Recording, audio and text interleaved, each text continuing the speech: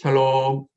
오늘은 마태복음 19장 말씀처럼 그런즉 이제 둘이 아니요 한 몸이니 그러므로 하나님이 짝지어 주신 것을 사람이 나누지 못하니라. 아멘. 결혼에 대해서 축복된 가정을 지키라는 말씀 증거하기를 원합니다. 그래서 거룩한 결혼과 가정의 소중함, 그리스도의 신부에 대한 것에 대한 말씀을 증거하기를 원합니다. 결혼에 대한 것은 벌써 성경에 기록된 2000년 전과 지금은 많은 차이가 있습니다. 세상적인 방향성은 사람들이 알고 있기에 목회자는 성경에 기록된 말씀대로 증거하기를 원합니다. 그래서 이 생각에 다른 생각을 가질지 모르겠지만 목회자는 말씀대로 증거하겠습니다. 고린도전서 7장은 결혼에 대한 얘기가 기록되어 있습니다.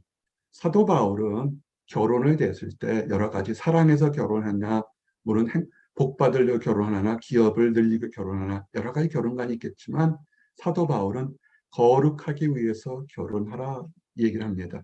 음행을 피하기 위해서 남자마다 자기 아내를 두고 여자마다 자기 남편을 둬라. 음행의 결과가 너무 치명적이기 때문에 음행하지 말고 그렇게 하고, 그 다음에 남편과 아내가 서로 주장하지 않고 잘난 척하지 말고 남편은 그 아내에 대한 의무를 다하고 아내도 그 남편에게 그렇게 할지라. 그래서 부부관계에는 성관계가 필요합니다. 서로 주장하고 내 몸은 내 것이라 주장하는 것이 아니라 서로들 자기의 남편과 아내의 역할을 다하면서 음행에 빠지지 않도록 가정을 지키라고 성경은 기록되어 있습니다. 또한 사도 바울은 이 당시에 많은 핍박이 있었기 때문에 사도 바울은 노총각으로 결혼하지 않은 미혼으로 살았습니다. 내가 결혼하지 않은 자들과 과부에게 이르노니 나와 같이 그냥 지내는 것이 좋으니라. 결혼하지 말라는 것이 아니라 임박한 환난을 통해서 결혼하지 않는 것도 좋다고 얘기를 하는 것입니다. 결혼은 하는 것도 좋고 하지 않는 것도 좋습니다. 그것은 개인의 비전에 가는 것입니다. 근데 만일 정욕이 넘쳐서, 그렇죠, 20대, 30대, 40대 피가 뜨거운데 만일 절제할 수 없거든 결혼하라. 세상은 많이 자유분방해져 가서 그냥 결혼하기 전에 많은 이성관계를 하는 것을 자연스럽게 생각합니다. 그러나 성경은 그것은 옳지 않은 것이라고 얘기합니다. 절제할 수 없거든. 욕망에 휩싸여서 자기 몸을 조절할 수 없거든. 정욕이 불타는 것보다 결혼하는 것이 나으니라 얘기합니다. 이 말은 거룩한 개인 생활하는 것이 중요하다는 얘기를 지금 이야기하고 있습니다. 그리고 중요한 것은 사역을 위해서 하나님의 비전이 있다면 사역하라는 것입니다. 결혼하라는 것입니다.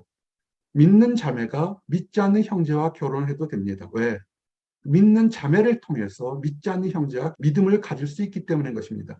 가정도 사역체가 되는 것이죠. 그 반대도 마찬가지인 것입니다. 믿는 형제가 믿지 않는 자매와 결혼할 수 있는 것입니다. 꼭 믿어야만 결혼하는 것이 아니라 그 믿는 사람을 통해서 거룩된 모습을 통해서 상대방 배우자가 하나님을 발견하고 믿음을 가질 수 있기 때문에 사역지와 똑같은 것입니다. 직장에서 가정에서 일하는 것처럼 사역을 위해서, 그러므로 결혼한 자도 잘하거니와 결혼하지 아니하는 자는 더 잘하는 것이냐. 결혼하지 않고도 복음을 전하는 것도 잘하는 것이니까 결혼은 거룩을 위해서 하는 것으로 생각하시면 되겠습니다. 그리고 중요한 것은 결혼을 결심하고 결혼하셨으면 많은 드라마나 많은 것에서는 결혼하고 나서 성격 차이니 무슨 차이에서 이혼하는데 그것은 아닌 것입니다. 하나님을 모르기 때문에 세상의 영향을 크게 받아서 그렇다면 어쩔 수 없겠지만 하나님 말씀을 순종하는 사람이라면 예수님께서 직접 하신 말씀입니다. 이건 결혼하고 안 하는 것은 앞에 고린도전서는 사도 바울의 얘기지만 마태복음 19장 말씀은 그런즉 이제 둘이 아니요 한 몸이니 그러므로 하나님이 짝지어 주신 것을 사람이 나누지 못할지니라. 결혼은 하나님이 주시는 겁니다. 결혼은 선물입니다. 사람들이 착각하는 것은 내가 능력이 많으니까, 내가 돈을 많이 버니까, 내가 이쁘니까, 내가 지위가 높고 학식이 높으니까 거기에 걸맞는 사람과 결혼하는 것이라 생각하는데 그거는 세상 사람들이 하는 거고 결혼은 하나님의 선물인 것입니다. 그래서 결혼하는 것은, 남녀가 결혼하는 것도 하나님의 선물이고 혼자 사는 것도 하나님의 선물인 것입니다. 결혼한 사람이 결혼하지 못한 사람보다 뛰어난 것도 아니고 그 반대도 똑같은 것입니다. 선물인 것입니다. 그런데 선물로 배우자를 받았으면 하나님이 헤어지라 하기 전까지는 헤어지는 것이 아닙니다. 하나님이 짝지어 주신 것을 사람들이 세상 풍조에 따라서 성격이 맞지가 않느니 뭐가 맞지 않아서 헤어지지는 말라는 것입니다. 이제 가정을 헤어지지 않을 것을 전제로 결혼하십시오. 그럼 가정의 소중함은 뭐냐면 가정을 지키셔야 돼요. 현대는 가정을 특별히 크리스찬의 가정을 허무는 수많은 사건, 사고, 이상한 사고방식이 팽배해 있습니다. 아가서 말씀처럼 우리를 위하여 여우, 곧 포도원을 허는 작은 여우를 잡으라. 포도원의 아름다운 축복을 상징하는 포도원은 기쁨을 상징하는 거고 포도즙도 기쁨을 상징합니다. 그런데 작은 여우 한 마리가 포도를 먹으면 얼마나 먹을 거 생각하지만 여우가 들락날락거리면 어느 순간에 포도원이 다 허물어지게 됩니다. 아, 이쯤이야, 이 정도쯤이야. 다른 사람들도 그렇게 하는데 생각하는 그런 세상 풍조를 받아들이지 마십시오. 부부는 축복의 공동체의 마지막이요, 시작이요, 완성체인 것입니다. 그래서 가정을 지키셔야 됩니다. 특별히 남편들이 존경받는다고 생각하는데 가정을 지키셔야 됩니다. 우리 자매들이 아내로서 가정을 지키셔야 됩니다. 가정의 소중함을 지키셔야 됩니다. 그래서 성경은 엄히 얘기합니다. 모든 사람은 결혼을 귀히 여기고 침소를 더럽히지 않게 하라. 세상 풍조가 이상해서 결혼은 결혼대로 하고 애인을 두는 것을 당연시 여기고 있습니다. 수많은 드라마들이 그렇게 하고 그런 얘기들을 하게 됩니다. 그런 얘기들을 목회자에게 부끄러움 없이 상담할 때가 참으로 많습니다. 그러나 성경은 음행하는 자들과 간음한 자들은 하나님이 심판하시라 정확히 구별되어 있습니다. 결혼하셨습니까? 가정에 충실하십시오. 아내가 어릴 때 취한 아내가 세상의 최고의 아내이고 최고의 덕모인 것을 지키십시오. 가정을 지키셔야 됩니다. 그리고 악한 세상 사도를 멀리하십시오. 여러분이 알고 있는 이 보스턴과 미국과 한국에 알고 있는 가르침들은 더러운 가르침인 것입니다. 디도서 말씀처럼 그들의 입을 막을 것이라 이런 자들이 더러운 이득을 취하려고 마땅하지 아니한 것을 가르쳐 가정들을 온통 무너뜨리는도다. 주의하십시오. 악한 것들은 사람들을 통해 세상 풍지를 통해 크리스천의 가정들을 무너뜨리려고 합니다. 그들의 목적은 단 한 가지인 것입니다. 크리스천의 가정들을 무너뜨려서 절망과 죄 속에 빠뜨리는 것입니다. 물론 회개하면 하나님 용서하십니다. 그러나 그 과정은 너무나 고통스럽고 힘들 것입니다. 지난 것을 책망하지 않은 하나님을 보시고 가정을 이루신 분들은 가정을 지키십시오. 새롭게 가정을 소망하시는 분들은 악한 것의 가르침을 멀리하시기 바랍니다. 특별히 가정을 지킬 때 믿음의 가정들을 더욱더 존경하십시오. 세상 사람들은 돈 많은 사람, 권력 많은 사람, 힘이 있는 사람, 유명한 사람들은 쪼로로 찾아가 이 인사를 먼저 합니다. 그러나 별 볼 일 없다 하고 크리스찬을 믿는 가정들, 세상의 크리스찬 가정들이 세상 속에서 그렇게 유명하지 못할 수 있습니다. 그러나 하나님의 가르침은 그러므로 우리는 기회 있는 대로 모든 일에게 착한 일을 하되 더욱 믿음의 가정들에게 할지니라. 아멘.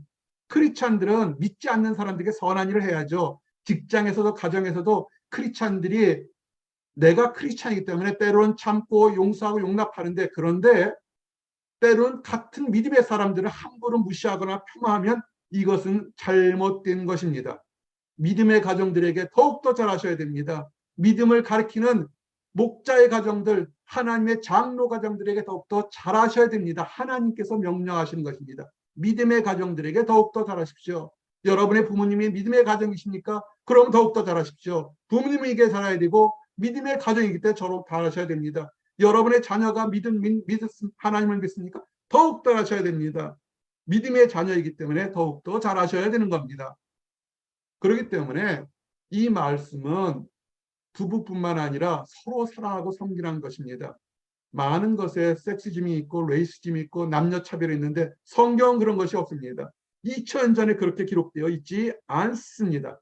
남편애가 아내의 머리짐처럼 자매들은 남편에게 순종하십시오. 반대로 남편들도 그리스도가 교회를 위해서 죽은 것처럼 아내를 위해서 죽으시기 바랍니다. 조건절이 아닙니다. 네가 나에게 순종하면 나도 너에게 잘하겠다는 것이 아니라 남편은 남편의 역할에서 아내를 위해서 그리스도가 교회를 위해서 죽는 것처럼 핍박과 조롱과 멸시를 당하면서도 희생하고 순종하는 것처럼 아내를 위해서 가정을 위해서 희생하십시오. 아내도 마찬가지인 것입니다. 아내도 내 마음을 내 것으로 주장하지 않고 집안에서 가장으로 세웠으니까 남편을 그리스도를 섬기듯이 섬기시기 바랍니다. 이것이 교회의 역사인 것입니다. 그리고 중요한 것은 왜 결혼을 중요하고 가정을 중요하라는 것은 뭐냐면 우리가 눈에 보이는 가정이 있습니다. 성경은 눈에 보이는 가정보다 더 큰 영적인 가정을 말씀하기 위해서 그런 것입니다. 뭐냐면 나와 여러분은 그리스도의 신부인 것입니다. 우리는 신랑 되신 예수 그리스도와 결혼하는 사람들인 것입니다. 예수 그리스도와 결혼해야 되는데 세상에 이방 남자와 눈을 맞추고 있다면 좋아하겠습니까? 그것이 아니죠. 신부가 신랑을 기뻐하고 신랑이 신부를 기뻐하는 것처럼 우리는 신랑 대신 여호와를 기뻐해야 되는 것입니다. 내가 여호와로 말미암아 크게 기뻐하며 내 영혼이 나의 하나님으로 말미암아 즐거워하리니 우리는 세상에 유혹을 있는 것을 마치 간음하는 것처럼 우리의 마음이 다른 곳에 갈 수 있습니다. 성경은 그것이 아니라 여호와 하나님만을 기뻐하고 여호와 하나님으로 즐거워하리라는 것입니다. 그럴 때 신랑이 사모를 쓰며 신부가 자기 보석을 단장한 같이 거룩하고 온전하며 온유함으로 칭찬받게 될 것이라는 것입니다. 그리고 우리가 하나님을 바라보고 하나님 앞에 거룩함을 유지하게 되면 하나님이 기뻐하신다는 것입니다. 거룩한 신부의 아름다운 하얀 드레스를 볼 때 우리는 멋지고 칭찬합니다. 거룩을 상징하기 때문에 그렇습니다. 우리 성도들이 하나님 앞에 거룩해야 됩니다.